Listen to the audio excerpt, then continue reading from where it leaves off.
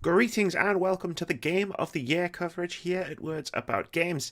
2-ish weeks of intense coverage of all the best and worst games of 2018, celebrating the good times and the excellent games, as well as taking a look forward at 2019, making some predictions for the year ahead and highlighting some of the most exciting games that are due to make an appearance in the next 12 months. Today, I get to blow off a little steam as we look at the most disappointing and outright worst games of 2018. I made a joke when this game came out that Agony was the best possible title for this game, given my experience while playing it. Like most jokes, that's definitely an overblown statement. Agony isn't actually Agony to play. That would require me to have any idea about what was going on while I was attempting to figure out what I was supposed to be doing or where I was supposed to be going while I was playing it. The only concrete memory I have of the game is boobs. All the boobs. Agony squanders the initial promise of exploring a grotesque version of hell in depth by using the same two colours for everything. While the set dressing is different from location to location, it all blends together fairly quickly. Dudes skewing on pikes, demon babes with tits in your face, blood everywhere. Once you've seen the first hour or so of the game, it doesn't really have anything new to show you. It's also really dull to play. Agony asks the question of what if hell was basically a maze of tight corridors, designed so a single protagonist would have to hide and wait for roaming demonic creatures with terrible AI and pathing to walk past, so they could run to the next objective. There's a novel respawn mechanic that lets you possess nearby damned souls rather than go back to the previous checkpoint, but it doesn't really add anything to the game. Though the game showed some promising signs of being a no-holds-barred trip through hell, Agony is just a 4-edgy game, with confusing gameplay mechanics and no real point, aside from waving more tits and genitals in your face than most other games. I really wanted to love Darksiders 3. It had been a long time since the quietly great Zelda-like Darksiders 2, a game that I really enjoyed when I decided to pick it up on a whim many years ago. After the collapse of THQ and the radio silence after this IP was picked up by THQ Nordic, I'd begun to give up hope that we'd ever see the series continue. When the third installment was announced, I was eager to dive back in and see what my favourite Horsemen of the Apocalypse would get up to next. As it turns out, they were up to a very disappointing attempt at riffing on the Dark Souls formula, set on a pretty underwhelming version of an apocalyptic Earth confined to sewers and multi-story car parks. Since release, the Darksiders 3 developers have announced a patch to update the game with combat that's closer to that found in previous Darksiders games. While this will certainly make the game less of a hassle to play, the combat in Darksiders 3 wasn't particularly well realised. The fighting mechanics were far from the game's biggest flaw. Darksiders has always been a game that has worn its influences on its sleeve, the biggest one being the 3D Legend of Zelda games. This third iteration of the franchise jettisoned those Zelda inspirations in favour of a Souls-like gameplay structure, without ever seeming to really get what makes the Souls series so enduring. So instead, Darksiders 3 almost feels like a game that wasn't made for people like me, who loved Darksiders 1 and 2 and wanted more of the same, but with a new protagonist who advanced the story of the series. Most of what I liked about Darksiders 2 isn't here. Instead, there are a cavalcade of bugs and glitches, disappointingly linear levels, incredibly simplistic puzzles, dull boss fights, and a greater focus on combat than before. If it had been a better overall game, this could have been forgiven, simply a new spin on the franchise. But it's not. Being able to whip jump across chasms is cool and all, but most of the changes to Darksiders 3 were deeply uninspired. I should probably just stop playing Quantic Dream games. I haven't really enjoyed one since the deeply flawed Fahrenheit way back in the early 2000s. I usually find that there are some really cool gameplay mechanics or characters or story ideas in a Quantic Dream game that get buried beneath a mountain of monotony and plots that frequently go off the rails. And so it was with Detroit Become Human, a game that I wish had just been a buddy cop sci-fi thriller starring Connor and Hank, whose banter I absolutely loved. Instead, we have a game about the persecution of androids from a studio who have never heard of the words nuance and subtlety. The game ties the subjugation of its world's androids to racial and religious persecution, with all the subtlety of a brick to the face and no real awareness of the impact of the imagery and dialogue they used to do this, instead just deciding to draw parallels seemingly at random and for the sake of it. If it wasn't so perplexing, with many, many leaps of logic and more than a few narrative-breaking plot holes, it might have been successful. Instead, it's a game with a few touching moments here and there, but one whose story falls apart the second you spend any time actually thinking about it. That, and it's just not a great game to play.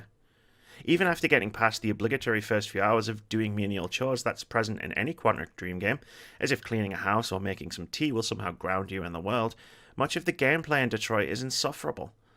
I wish we could just consign overly complex QTEs to the bin, because I don't really want to have to manipulate 4 different controls just to perform a basic task in a video game, especially since game makers like Supermassive have proven that you don't need to do this to create a superb narrative experience. In the years leading up to Detroit's release, I repeatedly said that I'd be excited for the game until I played it and it disappointed me. And here we are at the end of 2018, and I'm disappointed. I'm pretty sure at least 10% of the internet now exists solely to talk about how much of a disaster Fallout 76 turned out to be. Or maybe I've just condensed how I view the internet down so much that it feels like it. Either way, it seems like every day I'm seeing yet more news about something Fallout 76 that's usually bad news for Bethesda, the game, and anyone who actually paid money for it. As such, its inclusion on this list should probably come with that "stop it, he's already dead" Simpsons meme. But if we're talking about the most disappointing games of 2018, then I can't not talk about my time in post-apocalyptic Virginia. I do have some positive memories of Fallout 76. Having the trailer play roughly 5,000 times during E3 led to some spirited sing-alongs during our E3 streams. And I did have some fun with the game once I collapsed my objectives down to build a sweet house in the middle of nowhere. That's about it, though. The rest of my memories of the game are fairly hazy, save for one notable exception I'll get to in a moment. I apparently spent 20 hours in Fallout 76, but I can't actually account for most of that time. It all kinds of blends together in my head. As far as I can recall, the gameplay loop of Fallout 76 was to find a quest and either follow a series of audio logs, the end result of which was always, without fail, to find the dead body of the person who'd been recording them, or perform tedious fetch quests. I remember there was legitimately a quest that had me cleaning up rubbish. And another quest that had me spend an hour gathering a variety of materials, only for the final quest item to clip through the floor, never to be recovered again. Which is my one overriding memory of Fallout 76. The bugs. My favourite? When objects in the environment slowly started to lose their colour, like it was somehow tied to my enjoyment of the game, and the more I played, the more grey the world became. I had hopes that Kingdom Come Deliverance would deliver a very different kind of RPG experience.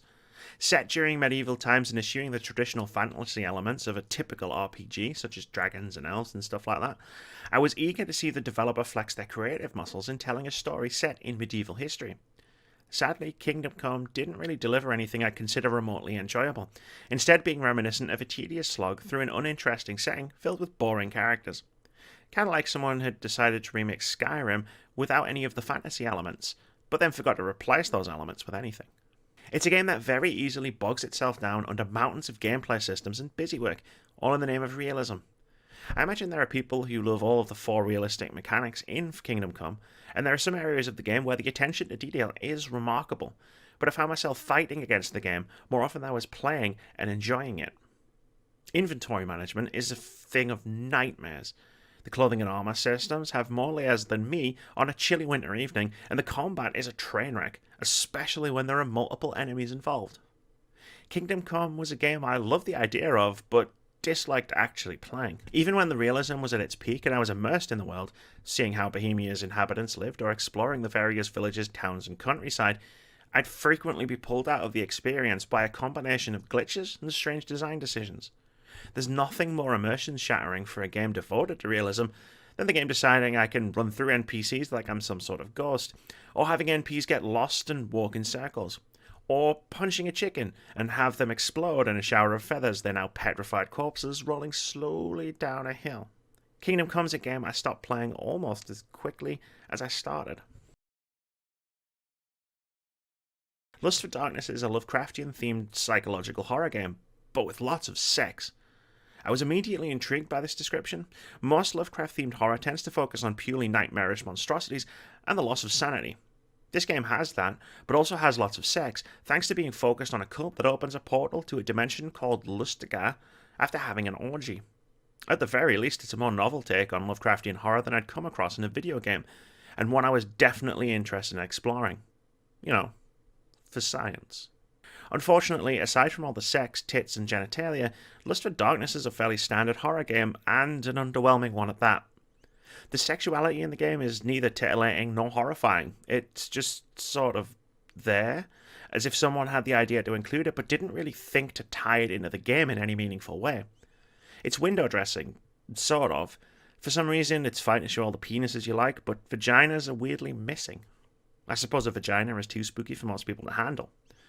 I get that this is probably something to do with censorship and allowing the game onto Steam, but it's still odd to include one and not the other when your game is explicitly about sex. The horror itself isn't really effective outside of this either. It certainly isn't subtle enough to be psychological. The other dimension is called Lustica, after all. And as far as I can recall, there aren't really any jump scares. The gameplay mostly sees you wandering about, looking at penises and boobs, solving some puzzles, and running past monsters I think are supposed to be stealthed past. There's a bit where you get a mask, but all that seems to do is let you see hidden paths out of levels. It doesn't really change the way you play the game in any way. Lust for Darkness is kind of like the sexual themes the game promotes. It doesn't really do or say anything, it just sort of exists, and isn't really engaging or fun. I actually completely forgot Metal Gear Survive came out in 2018. For some reason, as I was compiling the games I'd covered last year into these lists, I'd managed to get it into my head that Konami's first post-Kojima Metal Gear game was something I'd played a few years ago. Instead, Metal Gear Survive was something I'd played less than a year ago, and had quickly decided to forget as much about the game as possible. Luckily, for the sake of this video, not my sanity, I had my impressions and hours of gameplay footage to remind me what the game was like. There is a decent game buried in here somewhere, if perhaps it was made by someone else or given some extra time in development. It's not executed well at all, instead coming off as a cash grab on the Metal Gear license, with Konami seemingly eager to make some extra money off the back of all the Metal Gear 5 assets it had lying around, and the excellent Fox engine, which it seems will unfortunately never be put to good use again. Metal Gear Survive is a typical survival game, insofar that it incessantly bothers you about your hunger and thirst and constantly forces you to stop playing the game to engage in such wonderful activities as rummaging around in trash, collecting water from puddles, and generally not playing the game so you can keep existing in it. All of its survival meters are made totally redundant by its multiplayer mode, wherein you can forgo most of this busy work to instead gain far more resources by participating in a subpar horde mod. This mode might have been half decent if the levels of its enemies weren't static, meaning you'll usually be either underleveled or overleveled for most of your time playing it. Plus, the game insists on matching you with players of a much higher level than yourself, so your contributions to survival will naturally be non-existent as you poke at the game's unicorn zombies with a stick, while a random you've been matched with lays waste to everything with their seemingly limitless arsenal of actual weapons. This one was personally very disappointing. Past Cure started out quite well, throwing you into a third-person action dream sequence in a creepy environment filled with equally creepy enemies. It was a promising beginning, one that seemed to indicate this would be an interesting game. I mean, it wasn't amazing by any stretch of the imagination, but it definitely piqued my interest. You can imagine my disappointment then when the rest of the game turned out to be a thoroughly boring stealth action game with dodgy controls and woefully lacking AI. The moment Past Cure jettisoned its most interesting elements was the moment all of its flaws came sharply into focus.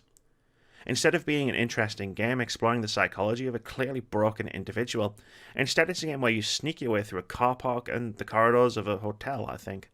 Using the stealth is optional, in which case you can simply get your biggest gun out and start blasting everyone in sight. The AI is easy to manipulate when you're sneaking, but it also can't really handle you if you decide to start shooting, which makes open combat a much faster way to progress than patient stealth. And trust me, you'll want this to be over with as quickly as possible. The tonal shift of Past Cure's opening chapters is all that makes this game memorable. I actually have zero recollection of the story, aside from the fact that the main character has superpowers for some reason and takes drugs. I think the two things might be related.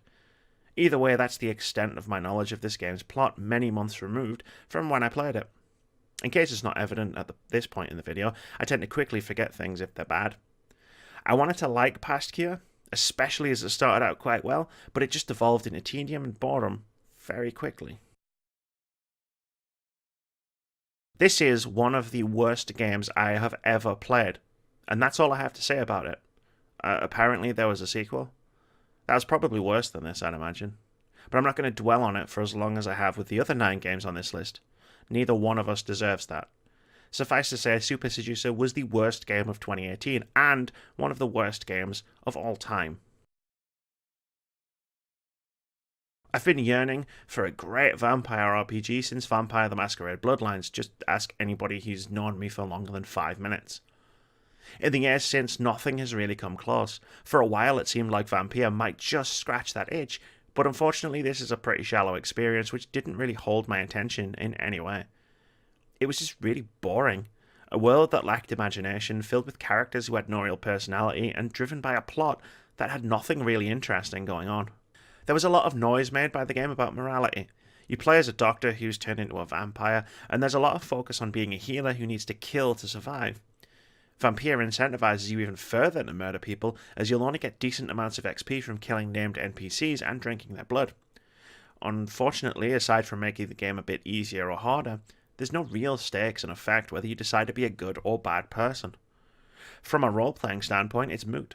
The protagonist is terribly dull regardless of what you decide, and aside from changing how certain characters might act around you and the ending you get, there's no real role-playing opportunities involved in going down either path. Another vampiric character you meet halfway through the game looked like she was playing the game I wish Vampire had been, had I not been saddled with a boring protagonist marooned in the midst of a dull narrative. Thank you very much for watching this video, guys. If you've enjoyed it, please keep it here at Words About Games. We've got tons of content, including our weekly podcast, more impressions videos, patch notes, and our weekly indie game of the week. We also stream over on Twitch at twitch.tv/wordsaboutgames every Monday, Thursday, and Saturday. And most importantly, have a great day.